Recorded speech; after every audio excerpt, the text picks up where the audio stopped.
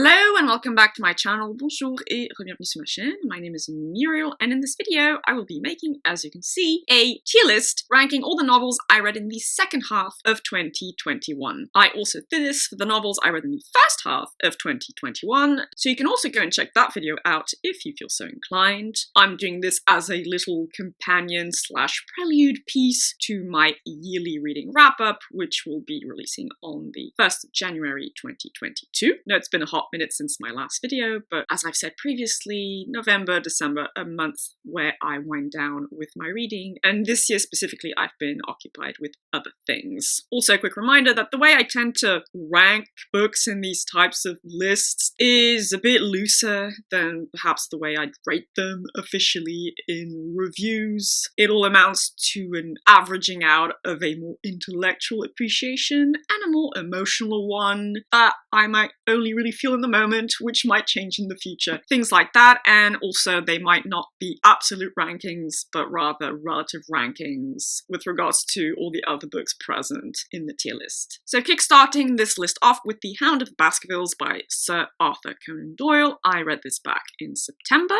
and this is going to go straight into C tier. It wasn't absolute garbage, but I really didn't get much out of it at all. It was just not that engaging, pretty boring. Now, granted, it might not have been the best one to pick up because good old Sherlock Holmes is pretty much absent from the majority of the story, so maybe it's not that representative of that type of mystery. But then generally, again, I'm not that into mysteries really, so not that fussed about checking another Sherlock Holmes story out at this point. But so yeah, it wasn't hot garbage, but it wasn't that good either, so C. Then we have The Book of Dragons, an anthology of short fiction and poetry centering around dragons, my favorite mythological creature of all time, in various different SFF subgenres such as science fiction, magical realism, and good old fantasy. Read this at the tail end of July, and I really enjoyed this. It's probably one of the most solid anthology I've ever read, insofar as I enjoyed the vast majority of the stories. I think it averaged out to 7 or 7.5 out of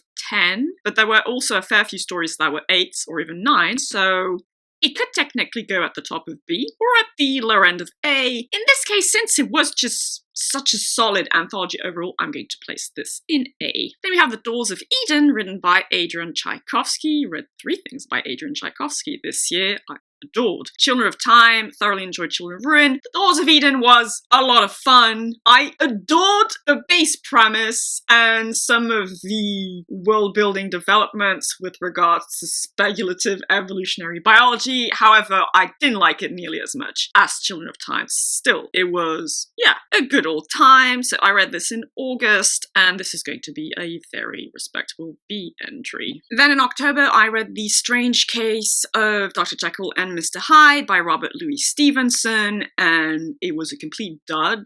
Again, technically, I wouldn't say it's garbage, it just did absolutely nothing for me, even less than The Hound of the Baskervilles did. The problem is I went in already knowing the story basically, and I didn't think it was that well executed, I guess, and I wasn't a super big fan of that thing of taking a powder to switch from one extreme aspect of personality to another. It just felt completely flat for me, so it's going to be a D. It's a high D or lower C, but in this case it really is below The Hound of the Baskervilles for me, so yeah, it's going into D.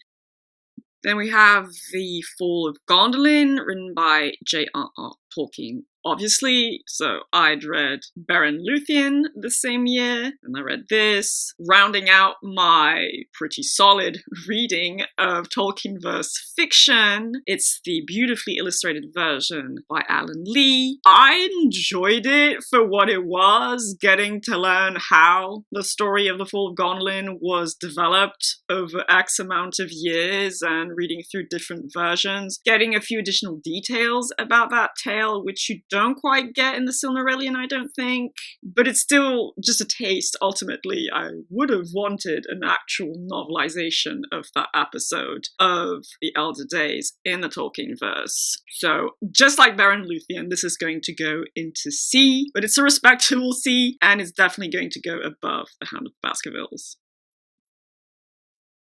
Now we come to Henry and June, which is actually the very last piece of... Okay, I'm cheating a wee bit here.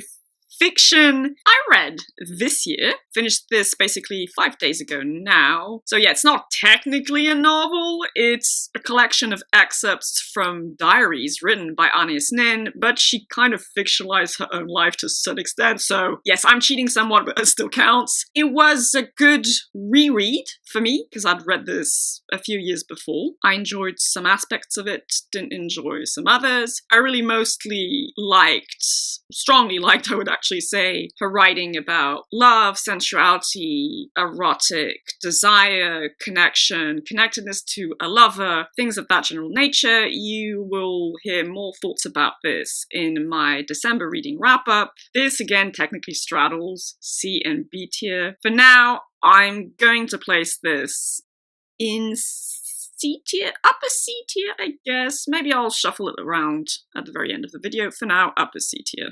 And we have Iron Council, written by China Mieville. So in this case, I'm going to evaluate the 3 books that make up the New Crobuzon trilogy separately, because whilst it's a trilogy slash a series, it's a loose series. You really can read each novel of that trilogy as a standalone, but it's set in the same universe. So Iron Council was probably my least favorite of those 3, but it was still very enjoyable because I thought that universe was very interesting and that overall story was very engaging. So yeah, this is a very, very solid B entry as well. Above or below The Doors of Eden, I think on a purely intellectual level, I'd place it above The Doors of Eden, but from an enjoyment standpoint, perhaps I'll leave it below for now because I just snacked so freaking avidly on that spec.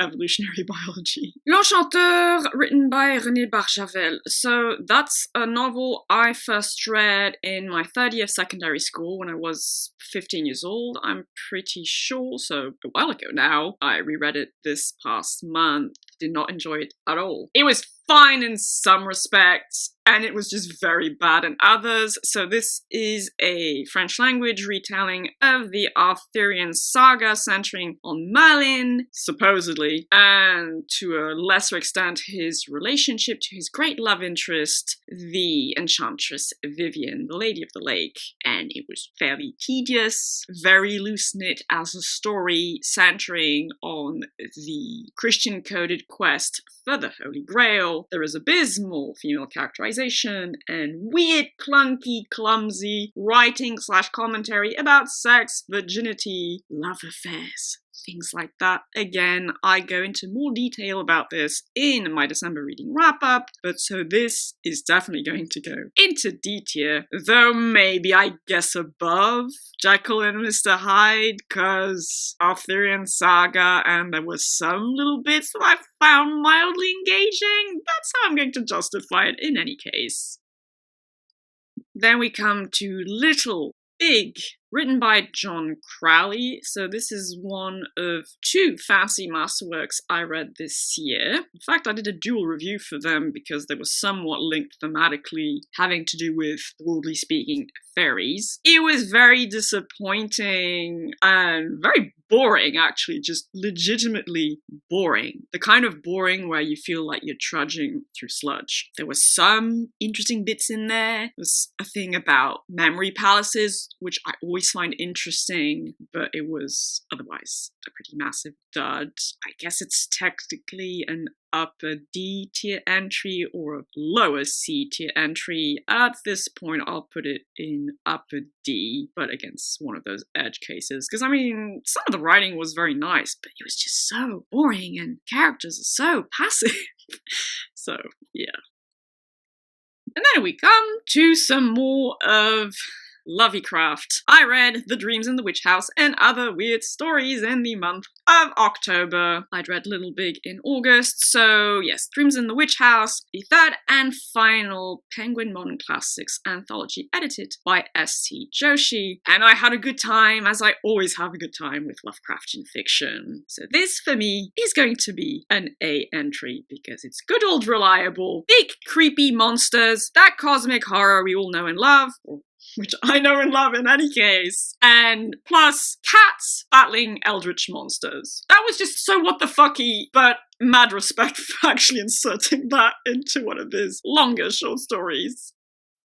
above or below the Book of Dragons? Well, Book of Dragons is an anthology, this is an anthology. Some of the stories in there, which is very high tier, I guess they honestly kind of sit on the same level, so I'll put it behind the Book of Dragons, but they're basically equal within A tier. Then we have the Priory of the Orange Tree, written by Samantha Shannon. Oh, I so enjoyed this up until the very end, where it kind of crashed, or fell off a cliff, whichever metaphor you prefer. This is difficult, because it should have been a solid A entry. It's definitely upper B. I'm still tempted to put it in lower A. Oh, I don't know. I read this back in September, and I was loving so much of it until that ending. The journey should matter as much as the destination, but I don't tend to function that way, so I don't know, maybe upper B for now. If I'm feeling generous at the end of the video, maybe I'll bump it up to lower A. But so, yes, it had so many things going for it. You know, magic, dragons, alchemy-derived symbolism of duality, stars and fire, and all that good stuff, and quite female-centric, good character relationships. But yeah, okay, for now, that's good enough. Then we have Perdido Street Station. So that's the very first novel in the new Crobuzon Loose trilogy. I really enjoyed this. That's probably my favorite of the three. I read this back in July alongside The Scar and Iron Council. Oh, this was so much fun. So many delicious world building, thematic concepts, and just delicious weirdness, and creepy nightmare moths, and creepy cosmic spiders, and the world of Bas-Lag, and all that. So obviously, well, to me it's obvious this is going into A tier.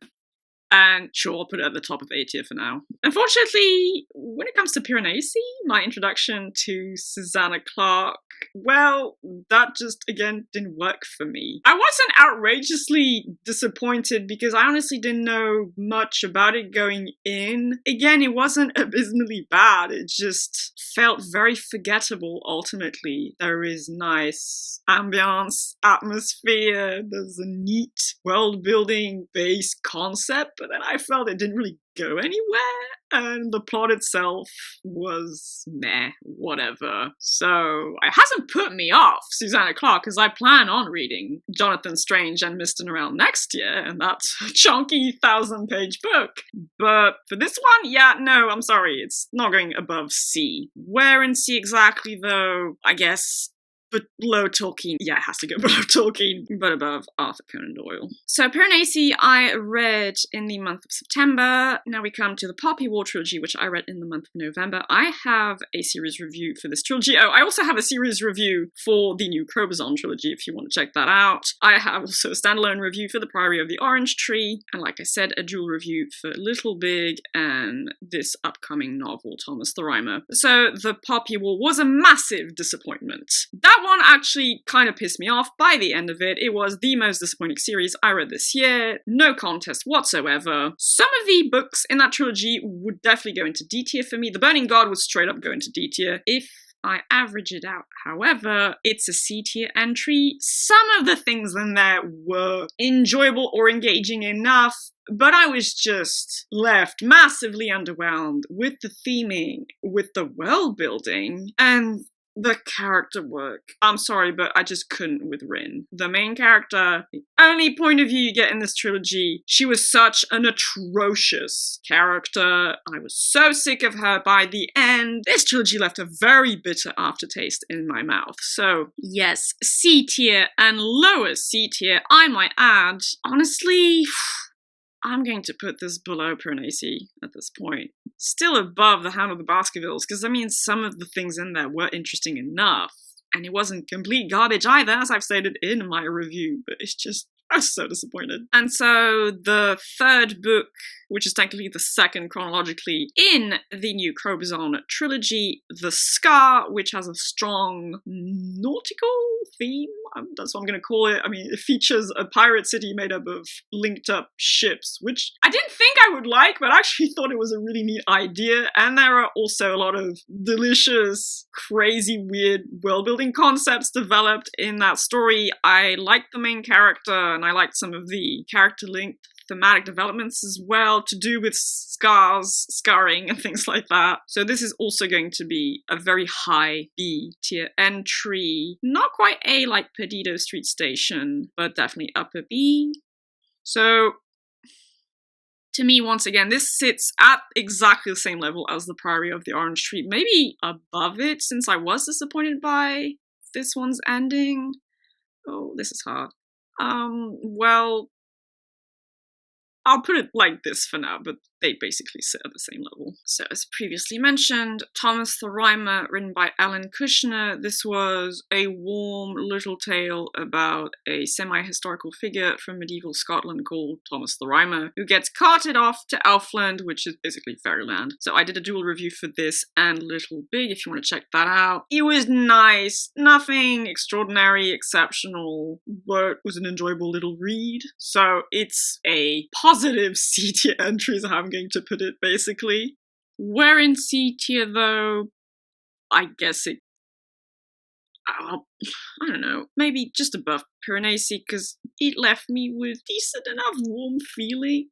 Ultimately, it wasn't that memorable either. These kind of sit at the same level as well. I have a hard time really placing them in my mind, whatever. Then we have Under the Skin, written by Michelle Faber. This was an unexpected addition to my November TBR, and I'd read Thomas the Rhymer in August. But so, yeah, Under the Skin was a recommendation by a very dear friend, and a very good recommendation, I might add, because I really thoroughly enjoyed it. It was surprisingly rich. It really doesn't appear to be so at first. It takes its time getting into its layered theming, its layered emotional impacts, but they were definitely there, and I felt them, and yeah, I was quite moved by the end. I feel reasonably confident putting this in lower A. Honestly, it was that good. Oh, yeah, no, it's fine there. Then we have Venice Underground, written by Jeff Vandermeer. If I recall correctly, it's one of the earliest things he ever got published. It was Vandermeerian weird fiction. It tends to work for me. And this tale, while reasonably short, was dark, strange, at times kind of horrific, but also weirdly beautiful, and some of that writing was so delicious, and it just worked for me. This is a very solid B entry as well that I'm going to place maybe, just in the middle, right there. And that was also a September read. Now we come to one of the most disappointing reads of the year, or another one. I haven't had too many of them, I've had like 4 or 5, but this was definitely one of them. Vita Nostra, written by Mario and Sergei Dyachenko. It's a translated novel from the Russian, though the authors are themselves Ukrainian. I read this between months of June and July. It has this dark academia vibe, I guess, to it. It plays around with, sorry if it sounds way too mean or mocking, but hoity-toity concepts of like language and language reshaping reality and people being words and grammar and shit. Some people have put forward the idea that it might be a coming-of-age story, but I'm like, our coming-of-age experience is supposed to include psychological torture, borderline physical torture, sexual abuse, or I mean sexual abuse adjacent, and having your family threatened to be murdered and things like that? I don't think so. It just did not work for me. I was like, what the hell am I reading here? What's the point of this? And then you get the ending. The ending is strange. I think I basically understood what they were going for, and it relies on theoretical principles or philosophical principles I just don't personally agree with, so I was like, sod off, I'm sick of this. So this is very obviously for me going to go into D tier and maybe lower D. I guess fine, I'll give it originality points to a certain extent, so maybe I'll just shove it in between Little Big and L'Enchanteur. Sure, let's go with that. Then we have another classic, The Tenant of Wildfell Hall, written by Anne Bronte. I did a standalone review for this classic, if you want to check that out. I read that in September, and it was decently enjoyable. Not my favorite classic, definitely not my least favorite either. I think it was, a solid 6.5 out of 10 for me, so that would make it, I guess, lower B? I mean, there were interesting character analyses and thematic developments about the ravages alcoholism does to a person and to this person's relationships. I enjoyed the central romance to a certain extent. Did not enjoy the Victorian trappings around it, but that's just how it was going to be given when this was written. And I did not care for the religious undertones, but again, I mean, the author was religious, and so she felt she needed to insert that in her fiction. Fair enough. It's not better than Henry and June, though, so maybe I'm going to put this in lower B. Well, you know what? I'm going to switch it out. I'm going to put this in upper C and this in lower B, because I found this slightly more relevant to some of my current life circumstances. This was more relevant to some of my past life circumstances, so I'm favouring a more positive future. That's how I'm justifying it. Last two, which...